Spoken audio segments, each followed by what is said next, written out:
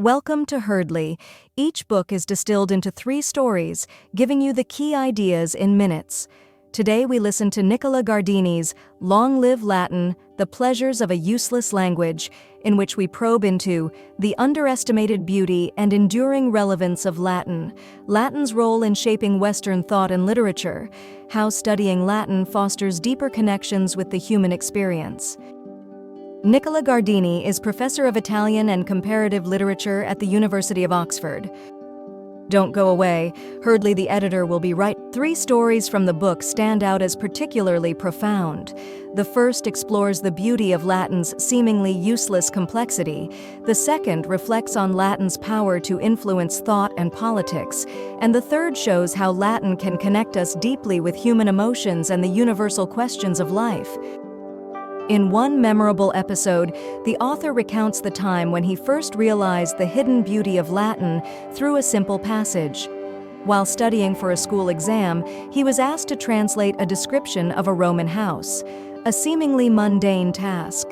The words flowed together, creating a perfect harmony, even though the author himself was unaware of it at first.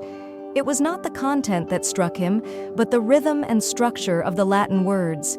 He could see how every verb, noun, and adjective was chosen not just for meaning, but for aesthetic beauty. It became clear that Latin had a poetic structure, one designed to convey emotion and meaning simultaneously. A house that let the rain in through a hole in the roof and collected it in a basin below that had columns and rooms atop rooms. A house so big you could hide in it and never be found, he wrote. The joy of realizing this hidden art form in such a useless language inspired him to continue his studies with renewed passion. This story reveals a deeper truth about the study of Latin. It is not just about learning to communicate or understand a language, it is about finding beauty and meaning in complex, ancient structures. For those looking to engage with the complexity of life, studying Latin teaches the patience needed to appreciate subtle beauty in all things, especially those that may seem pointless at first glance. From this sense of beauty, the next story unfolds naturally into a more serious exploration of Latin's power. The author tells a fascinating anecdote about how Latin played a crucial role in shaping political thought during the Renaissance. He describes how Machiavelli, having been banished from Florence, found solace and inspiration in the ancient Roman texts. Each night he would step into the ancient courts of ancient men and engage in a sort of dialogue with the great thinkers of the past. The words of Cicero, Livy, and others became a guiding force in his life, helping him to understand not just history, but how to navigate the present political climate. Latin gave Machiavelli a mental framework that allowed him to develop his revolutionary ideas, including the writing of The Prince, which has shaped political thought for centuries. In this case, Latin was not just a language, but a tool for intellectual freedom. Machiavelli's letters reveal that his engagement with the texts helped him to not only escape the immediate struggles of his life, but also to create a lasting legacy that continues to influence global politics. This story reminds us that the power of Latin extends far beyond academia. It can offer insights into leadership, governance, and the complexity of human systems. For those grappling with modern issues of politics or leadership, the study of Latin provides a timeless model for thinking deeply about societal structures and how to affect change. The third story pivots from the political to the deeply personal.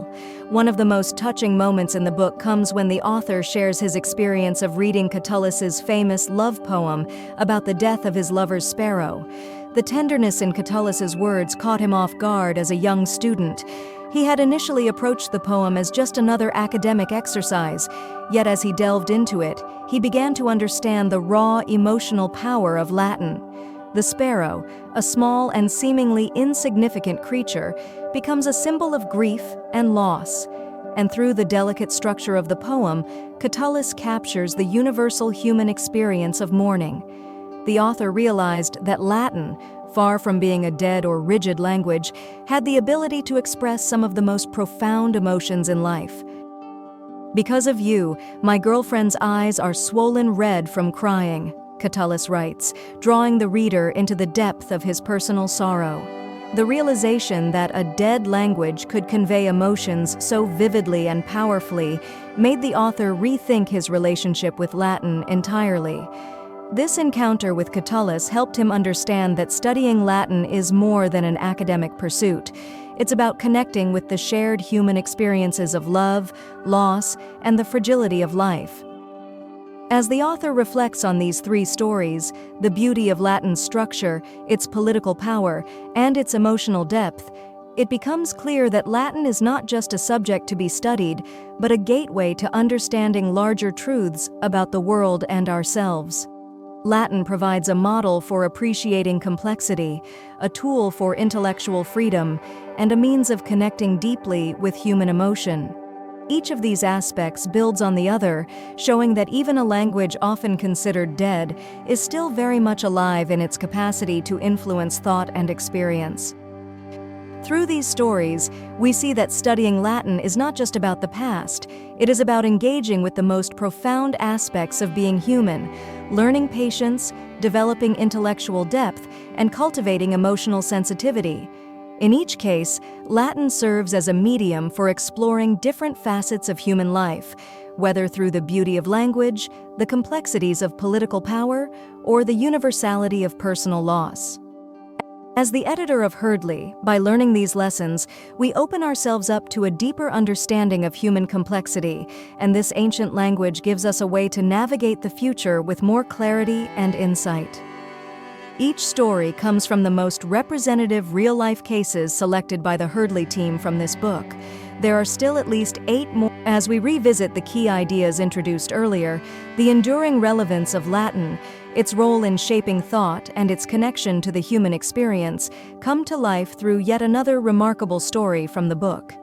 This time, the author recalls his interaction with a brilliant engineer who, much to his surprise, regularly corresponded in Latin with a circle of friends and colleagues. What struck him most was the playfulness and creativity the engineer exhibited while using the language. Latin, often viewed as rigid and archaic, became a tool for experimentation. They would challenge each other to translate complex modern engineering concepts into Latin, laughing over how a dead language could still capture the nuances of the present world. The engineer would frequently quote Cicero, using his phrases to describe the technical intricacies of mechanical designs, a fusion of ancient wisdom with modern technology. This dynamic use of Latin reminded the author of its true versatility, not just as a relic of the past, but as an ever-evolving language that adapts and thrives in unexpected ways.